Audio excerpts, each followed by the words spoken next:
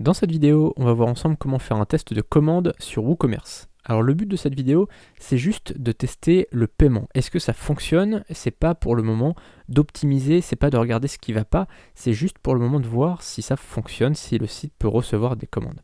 Alors pour ça, on va utiliser un moyen de paiement très simple qui est le chèque. D'ailleurs, regardez quand on va sur la page de configuration des chèques, on nous dit bien accepter les paiements par chèque en personne, cette passerelle hors ligne peut être utile pour tester les achats. Et c'est vrai, moi quand je fais des tests, on peut faire des tests par carte bancaire, voir si Visa, Mastercard, etc. ça passe. On a le droit, on peut le faire avec, quand on fait tout simplement par Stripe, on va y aller vite fait, hop, paiement.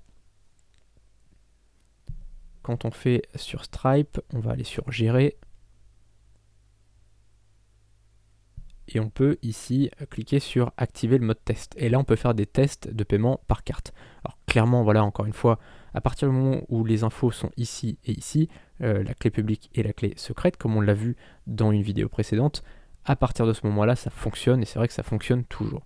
Vous pouvez le tester, c'est bien de le faire, mais en tout cas, ça fonctionnera. Bref, on peut fermer ici, et ce qu'on va faire, c'est qu'on va aller sur le site pour tester tout de suite notre site web. Donc là, on est sur l'accueil et on va aller voir pour commander éventuellement le produit qu'on a créé ensemble. On clique et là, on arrive sur la page du produit. Donc là, on a la présentation du produit. On va cliquer sur ajouter au panier.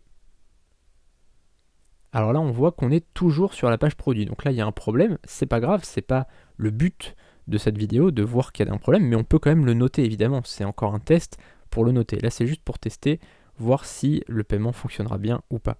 Chose importante, donc, cette chose-là, le fait que ça reste sur la page du produit, on peut le modifier, donc ça, on verra dans la suite de la formation. C'est-à-dire qu'on fera un truc, c'est que dès que quelqu'un ajoutera au panier, il sera redirigé automatiquement vers la page de panier. Donc là, on fait voir le panier.